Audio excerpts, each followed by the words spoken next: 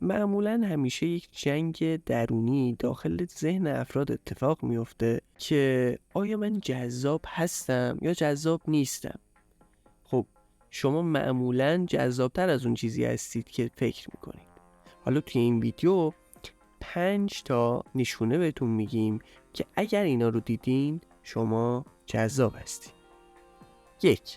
مردم غالبا متوجه ورود شما میشن.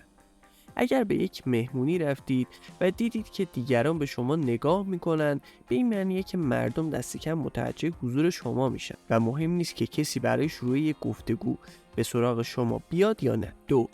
معمولا تمایل دارید لبخند بزنید. خلق و خوی مثبت به خودی خود جذابه و اگه دوست دارید لبخند بزنید و قادرین از لحظه لذت ببرین، مطمئن باشید که جنس مخالف واقعا به شما علاقه‌منده. 3. خودتونید. شما هیچ تلاشی برای شبیه شدن به دیگران ندارید و از ظاهری که اکنون دارین خوشتون میاد.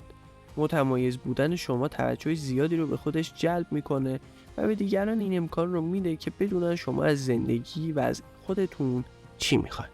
4. زود حوصله‌تون سر میره. اگه اتفاقی افتاد که مسیر معمول زندگی شما رو متوقف کرد، مثل یک بیماری، یه سفر کاری یا یه چیز دیگه، احساس میکنید زمان به کندی میگذره.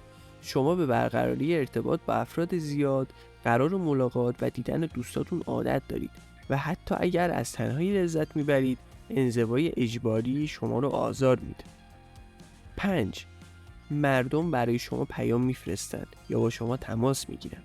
حتی اگر در یک رابطه هستید یا همسر دارید، ممکنه علیرغم موقعیت خود از افراد توی شبکه‌های اجتماعی پیام دریافت کنید. البته که باید این پیام‌ها رو نادیده بگیرید.